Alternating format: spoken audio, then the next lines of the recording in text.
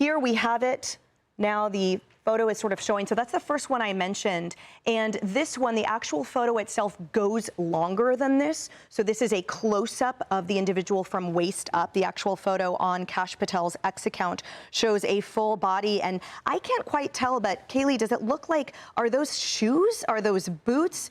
They appear to be, if you zoom in closely, Emily, at the bottom, it appears to be tennis shoes, because I see at the very tip, there's a little black plastic piece that seems like they would be tennis shoes. You see the black gloves. I mean, this is clearly someone intent on doing something and intent on being concealed and not seen while doing it. You see the backpack straps. And just a hat tip to the FBI right now for managing to recover this photo from that camera. And we know she had a Nest system is what was reported. I'm unclear at the moment whether that front door camera was a Nest system, I'm told. So this was a Nest camera on the front door, a newly recovered photo, the first significant piece of information, and maybe explanatory, Emily, as to why in that latest video you had Savannah Guthrie backing away from the kidnapping and the ransom theory. This is a huge piece of new evidence. And we know, as Kennedy noted, that President Trump had said there was a big piece of evidence coming. So you wonder if they had this going back to Friday night and decided now is the time to release this. They needed new tips. The ransom deadline had passed. Yeah, and that's a distinct backpack and fleece setup. So someone's going to recognize that jacket. That definitely looks like a guy based on body composition, the size of his head. You know, they're shiny gloves. They're either black latex or leather.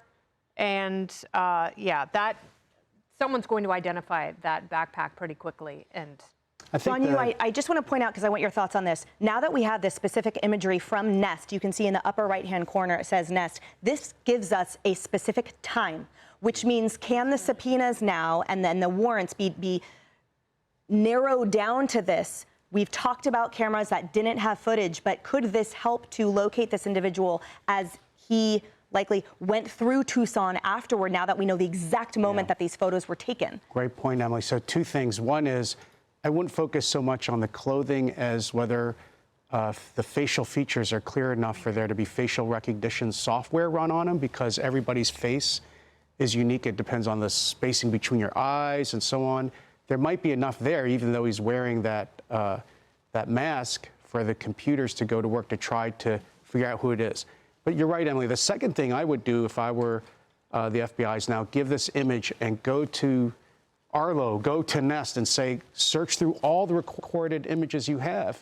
Use AI now to the advantage of law enforcement and find if there are other images of other cameras that are storing their footage, storing their archives, and locate where this person went from here to the next spot.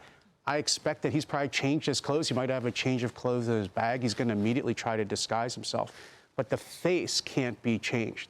And maybe in all that trove of data and film, that face might appear, and the government can go to those companies and say, now we have an exigent circumstance. We're trying to track him down. We're trying to track her down. She might still be alive. We don't need a warrant.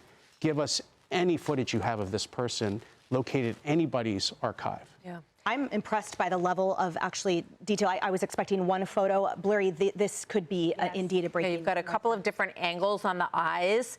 And, you know, you remember in the Charlie Kirk case, for example, when those images started to surface, you saw gait, you saw body movement, and his parents later said that when they saw the picture, they felt strongly that it was their son.